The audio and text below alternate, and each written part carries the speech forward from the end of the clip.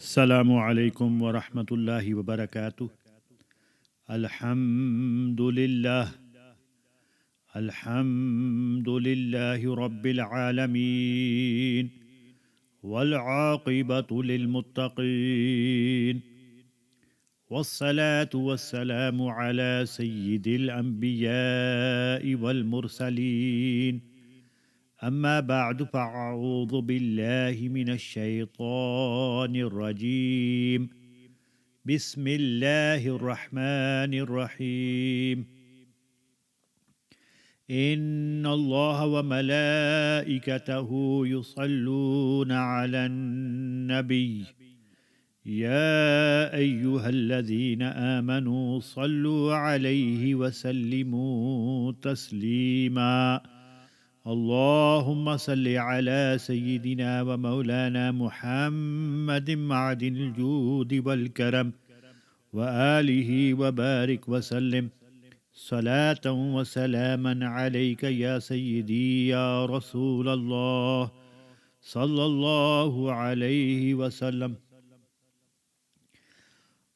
All praise be to Allah Almighty, and infinite salutations and blessings upon the best of all creation, Sayyiduna Rasulullah sallallahu ta'ala alayhi wasallam, upon his blessed family, his blessed wives, his blessed parents, his blessed children, and upon all of the blessed companions, Ridwanullahi ta'ala anhum ajma'in.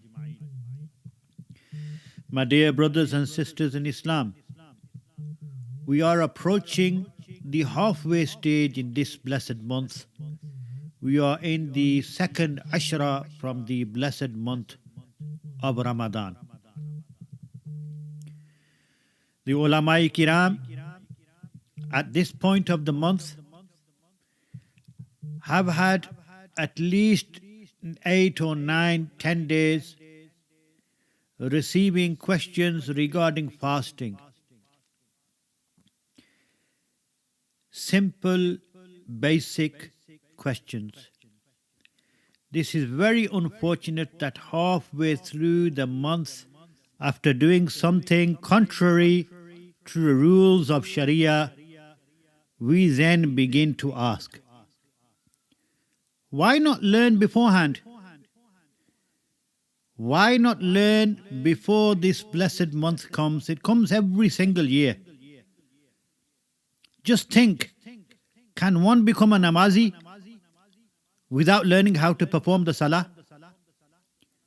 The actions, the words, what perfects the salah, what breaks the salah. Can somebody become a namazi without knowing these things? Can somebody recite the Quran or perform salah without first learning how to purify oneself? We can't just grab our passport, pack our bags, and jet off for Hajj. So why and how can we suddenly start to fast without learning its rules? My dear brothers and sisters in Islam, ignorance is not an excuse. And also, we cannot use our own intellect in the matters of Sharia. We cannot say, well, I think it's like this, or I think it's like that, or towards the beginning of the blessed month of Ramadan, we hear, or to me the moon looks 2 days old, or at least 1 day old. Or then we hear people saying, I'm pretty sure somebody posted it's allowed on WhatsApp, this is allowed on WhatsApp, that's allowed on WhatsApp. My dear brothers and sisters in Islam, not knowing the basic day-to-day rules of fasting in this blessed month is extremely unfortunate. And it's a great risk of destroying one's whole month. Some people use the excuse, Allah Almighty is all-forgiving. He is for sure all-forgiving. But just think, when you are presenting a worship, you are acting upon a command of Allah Almighty.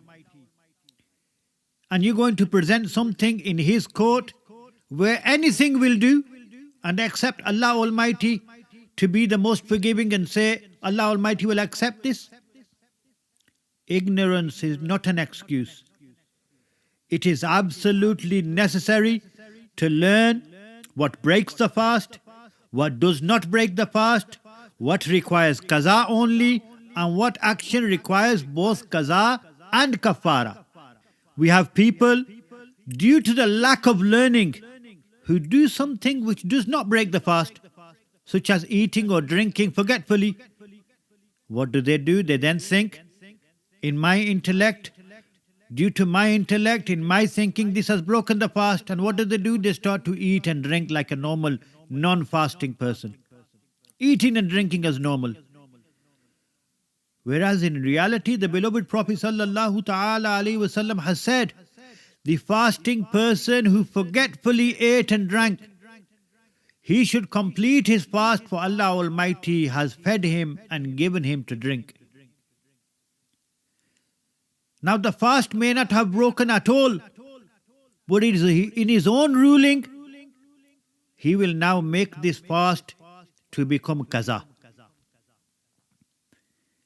My dear brothers and sisters in Islam, the ruling for eating after thinking that the fast has broken is such that if one forgetfully ate and he is under the impression that his fast has broken and he now ate intentionally, then to keep the qaza of this one fast is compulsory now.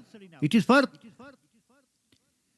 There are certain rulings and certain situations where one's actions call for not only qaza but kafara on top of that. And what is kafara? Kafara is to free one male or female slave, which nowadays is not possible to do. So the ruling is to keep 60 fasts one after the other. And if one is not able to do this, then one must feed 60 needy people a stomach full twice. And remember, even if one day is missed in the 60 due to illness or any other reason, one must now start counting from the beginning again. He must start the 60 from beginning again.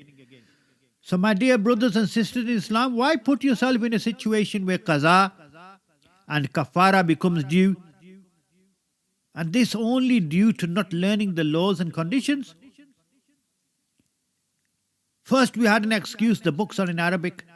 We are so learned and educated that we cannot read Arabic. For those who can read Urdu, the Masail are readily available in Urdu. For those who cannot read Urdu, Arabic or Persian, the books explaining all these matters of fiqh are available in English. Now who has the time to search for books and buy them? The books have been put online free of charge for you to simply download to your devices and read. And to make life even easier, the huge volumes translated have been separated into small booklets. What breaks the fast, what does not break the fast, what requires qaza, what requires kafara. Simple, easy access to ilm at a touch of a screen. All these books on masail, aqaid, beliefs, etc. are all online. And one such site which I personally use and recommend is noori.org. You will find all the translated booklets by Hazrat Allama Mufti Aftab Qasim Sahib Qibla, may Allah Almighty preserve him. So my dear brothers and sisters in Islam, let's not spoil our fasts due to ignorance. The beloved Prophet sallallahu ta'ala alayhi wasallam said, there are many who fast, who have not gained anything but hunger. Yani they stayed hungry and nothing besides this. And there are many who stayed up doing Shab Bedari all night, who stayed up all night and gained nothing but staying awake at night. Allah Almighty grant us the tawfiq to study, to learn, and then act upon what we have learnt. We have no excuse of not being able to access knowledge or access this information. We cannot say that we do not have the means, or that those who know, yani the ulama kiram, are not approachable. My dear brothers and sisters in Islam, where there is a will, there is a way. Imam Fakhruddin Razi radiallahu ta'ala anhu beautifully states in his Tafsir Kabir that believers obtain knowledge due to 6 reasons. Number 1, Allah Almighty has commanded believers to perform certain obligatory acts of worship, and one cannot perform these without knowledge. Number 2, Allah Almighty commands believers to stay away from sinful and haram acts. One cannot avoid these without knowledge. Allah Almighty commands believers to be thankful for the blessings He has granted. One cannot be thankful without knowledge. Allah Almighty has commanded believers to fulfill the rights of His creation. One cannot fulfill their rights without knowledge. Allah Almighty commands the believers to be patient during times of difficulty and times of calamity. One cannot be patient without knowledge. Allah Almighty commands the believers to hold the cursed shaitan as their enemy. One cannot even do this without knowledge. My dear brothers and sisters in Islam, Allah Almighty make us all respectful and grateful for the Ulama-i Kiram who answer all our questions and our queries. Allah Almighty make us all respectful for ilm and grant us the tawfiq to act in accordance to the pristine Sharia. Kyun raza aaj gali suni hai, uth mere dhoom machane wale, wama alayna illa al balagul mubin.